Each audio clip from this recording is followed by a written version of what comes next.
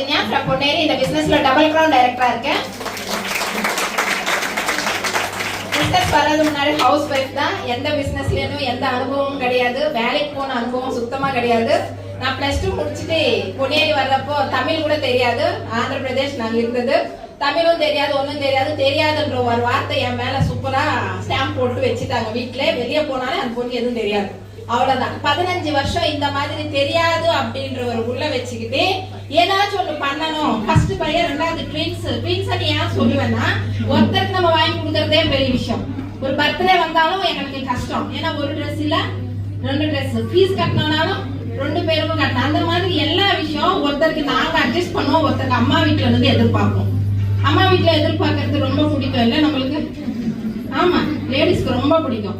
போவோம்னா ஒரு பேக்கோட போயிட்டு திருப்பி, நான் சொல்லல நீங்களே சொல்றீங்க, அதேதான் எனக்கும்.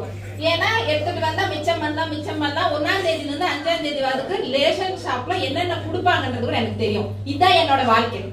அந்த மாதிரி சுச்சுவேஷன்ல பக்கத்து வீட்டுல ஒரு அக்கா வந்து இந்த பிசினஸ் பத்தி சொல்லும் போது நான் அப்ப கூட என்ன நினைச்சிட்டு இருக்கேன், அந்த அக்கா பிசினஸ் பண்றதாங்க, அவங்க நம்ம ப்ராடக்ட் வாங்கினா அவங்களுக்கு காசு வருமாப்பா, நம்ம வாங்கி பார்க்கலாம், நல்லா இருந்தா பார்க்கலாம், நல்லா இல்லைன்னா நல்லா இல்லைன்னு சொல்லிடலாம் அப்படின்னு சொல்லிட்டு அந்த அக்காக்காக தான் இந்த பிசினஸ் எடுத்தனே தவிர இவ்வளவு பெரிய சக்சஸ் இருக்கிறது எனக்கு தெரியாது. ப்ராடக்ட்ஸ் நல்லா இருந்துச்சு, உடனே அம்மா அப்பாக்கு ஷேர் பண்ணேன். அடுத்தது ஒரு அவார்ட் ஃபங்க்ஷன் பார்த்தேன். இங்க நிறைய லீடர் சொன்னாங்க, மீட்டிங் பார்த்தோம். அதே மாதிரி தான் மீட்டிங் பார்த்தேன். அன்னைக்கு 1 லட்சத்துக்கு மேல சம்பாதிக்கிறவங்க ஜென்ஸ் நிறைய பேர் இருந்தாங்க, லேடிஸ் 2 பேர் தான் இருந்தாங்க. இன்னைக்கு லேடிஸ் எத்தனை பேர் இருக்காங்கன்னு பாருங்க.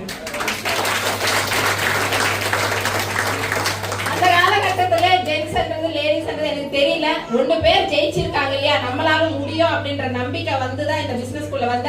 375 ரூபாயில ஆரம்பிச்ச என்னோட வருமானம் படிப்படியா ஏறி 1 லட்சம் தொடரும்போது தான் எங்க அப்பாவும் என் தங்கச்சி இந்த பிசினஸ்க்குள்ள என்ன பண்ணணும்னு கேட்டாங்க.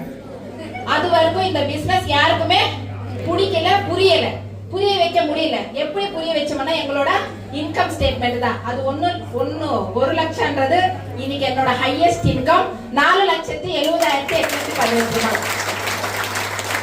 ஒரு 5,000 ரூபாய் 10,000 ரூபாய் சப்போர்ட் பண்ணா போதும் வீட்டுக்கு அப்படின்னு வந்த இன்னைக்கு நான் 5 லட்சம் ரூபாய் பத்தி பேசிட்டு இருக்கிறேன். அது மட்டும் கிடையாது, ஃபாரின் ட்ரிப் வேலை செய்யறதுக்காக 2 வருஷம் எங்களுடைய ஃபேமிலியோட விட்டுட்டு போனார் எங்க ஹஸ்பண்ட். 2 இயர்ஸ். அதே நானு இந்த பிசினஸ் மூலமா Indonesia, Bali, Abu Dhabi, Dubai, Thailand, Malaysia, Phuket, Vietnam, Switzerland, Singapore, Thailand, மறுபடி 1ஆம் தேதி நம்ம ஸ்ரீலங்கா, கொலம்போ போறோம்.